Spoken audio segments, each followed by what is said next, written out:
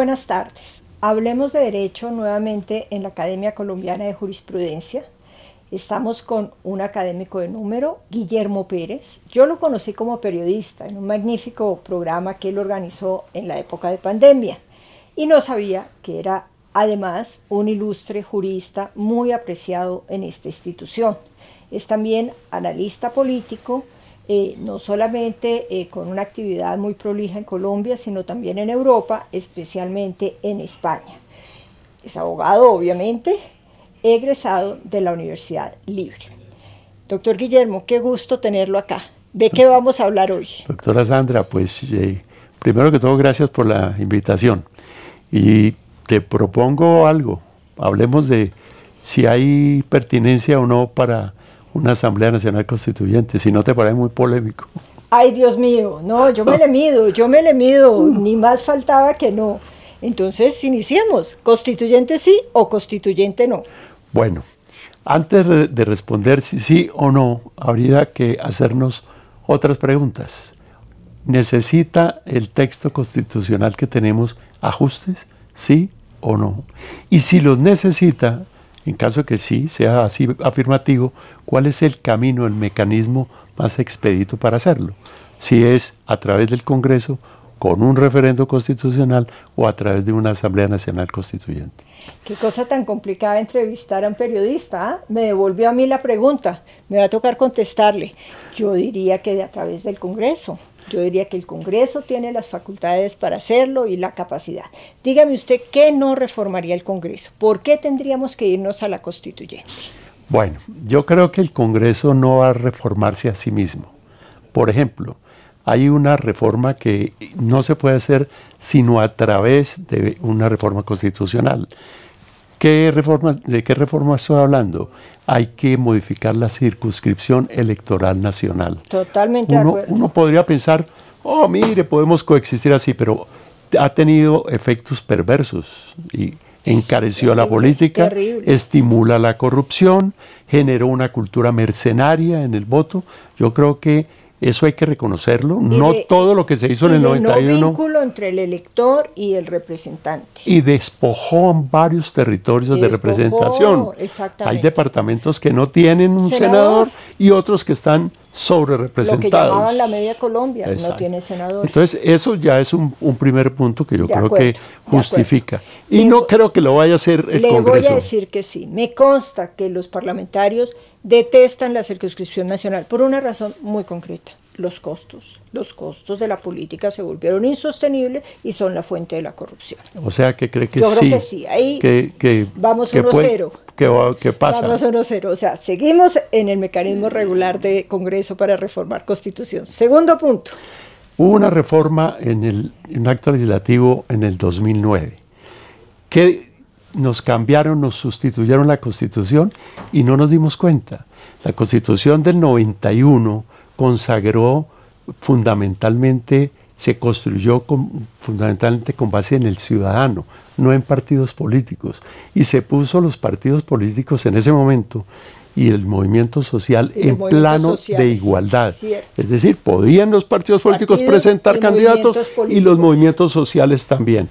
Y en el 9 dijeron, no, nosotros los partidos políticos no necesitamos ningún otro requisito, pero ustedes sí necesitan recoger firmas, pólizas, etcétera, etcétera, y que dificulta la participación política. Eso no lo va a desmontar. Las reformas que se han presentado en el Congreso, reformas políticas, todas no han tocado el tema. No lo han tocado y todas se han hundido. Porque no lo hemos planteado tan claro como usted lo está haciendo. ¿Cuánto le cuesta a cualquier candidato salir a buscar firmas con los requisitos tan complejos que se impusieron? Y realmente yo sí creo que el tema de la rigidez de estos partidos, que en muchas ocasiones son validadores de avales. Fábricas de avales. Exactamente, yo creo que el Congreso le jala. Pero ese es... Pero quiero creer. Bueno, 1-1, digamos. 1-1, bueno, muy bien, está bien la contabilidad. El ordenamiento territorial, ¿lo podemos tocar a través del Congreso? Acabamos de ver que uno de los grandes quiebres de un principio rector de la Constitución del 91, en la modificación de las transferencias a las entidades territoriales, el Congreso reversó esto. Entonces dio ejemplo, lo acaba de hacer a través de una reforma constitucional. Está por verse que se implemente.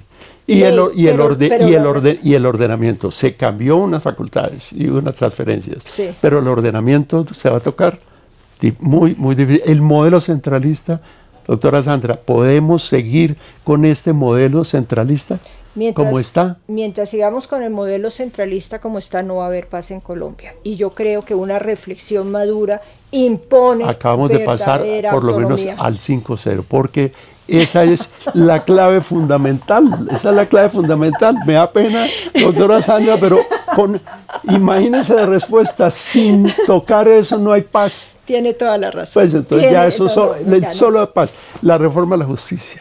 No puede el Congreso, no puede el Congreso. ¿Sabe por qué?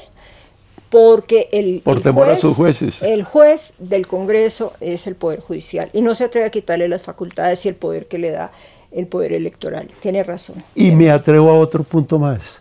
Creo que el Congreso ha acumulado excesivos poderes y desde mi perspectiva, yo creo que hay que quitarle la función de reformar la Constitución. Eso, dejarla a una asamblea legislativa. Ustedes legislan y cuando se requiera modificar la Constitución, pues que se convoque una asamblea constitucional con fines específicos. El problema que yo veo hoy es que este debate está intoxicado por el tema político, por la crispación política, por esa, no digamos polarización, sí, la crispación. Está contaminado. Entonces, yo le decía a un amigo, mi querida doctora Sandra, en el 2006, cuando el presidente Uribe propuso reforma a la Constitución y que se ventiló la posibilidad de una asamblea, se ventiló una posibilidad de una asamblea constituyente, entonces yo dije, yo soy partidario, entonces decía, pero ¿cómo es de iluso? Es que se va a quedar los mismos argumentos que hoy escucho yo, pero al revés. Entonces del otro lado, entonces hoy uno podría decir como Groucho Marx, ¿cierto? Yo tengo unos principios, pero si no le gusta tengo otros. No, yo no voy a cambiar de principios. Claro. Es decir, yo creo que la Constitución del 91 hizo cosas muy importantes, no es perfecta, pero hizo cosas muy importantes. Y sí, se generó un clima bien interesante de concordia que hoy no lo hay. Quizás, y me voy a anotar un autogol, quizás hoy puede ser inconveniente por ese clima de crispación, pero también me pregunto, el mar puede estar muy picado, pero el barco tiene que seguir. La nave tiene que seguir, de manera que tenemos que aprender a discutir en medio de esas diferencias. A mí como teórica constitucionalista, la idea de tener que crear un organismo ad hoc para reformar la Constitución no me gusta de ninguna manera. Creo que el Congreso es un poder constituido legítimo para reformar la Constitución. Creo que los procedimientos agravados, es decir, con mayor número de vueltas, votaciones calificadas, quórum, mayorías especiales, etcétera, garantizan en el fondo la supremacía de la Constitución. Pero también me voy a anotar un autogol, y eso es lo rico de discutir con amigos. Pues Colombia, cuando hemos tenido grandes reformas constitucionales, no han salido del seno del Congreso. Esa es la historia constitucional de Colombia. Entonces, creo que es una realidad que debemos reconocer. Pero no, esto de entrevistar a un periodista salió muy mal porque la entrevistada fui yo. Salió estupendo porque más que entrevista lo que tenemos es una conversación. Diálogo. Y yo creo que esto es lo que tenemos que decirle al país. Tenemos que conversar y conversar animadamente, sin tanto prejuicio, sin tanto miedo. Yo veo que hay mucho miedo. Sí. Y como que la receta es no hablemos. No hablemos. Y eso no puede ser un país civilizado, un país que se precie de tener una gente culta, capaz de abordar distintos temas. ¿Cómo se va a dar el lujo de darse la espalda y decir, la única manera de que no peleemos es que nos demos la espalda? No, y los juristas tenemos que hablar en derecho, con los instrumentos del Estado Social del Derecho, de los grandes problemas nacionales, y en eso usted hoy nos aportó mucho. Y para disipar un temor, lo que yo sí quiero decir es que, desde mi perspectiva, la única posibilidad de que se haga una Asamblea Nacional Constituyente es dentro de los términos que están consagrados en la Constitución del 91. Aquí no valen fórmulas extraconstitucionales, como sí se dio en el 91 por una circunstancia muy especial, y era que existía un absoluto bloqueo que hacía imposible cualquier procedimiento de estos. Pero ahora yo creo ahora no es, y ahí está en la carta, y está el procedimiento, de manera que si se dan esos procedimientos, yo creo que se puede hacer una Asamblea Nacional Constituyente. Bueno, creo que quedamos 10-0. Muchas gracias. Muchas gracias, Ana. Muy bien.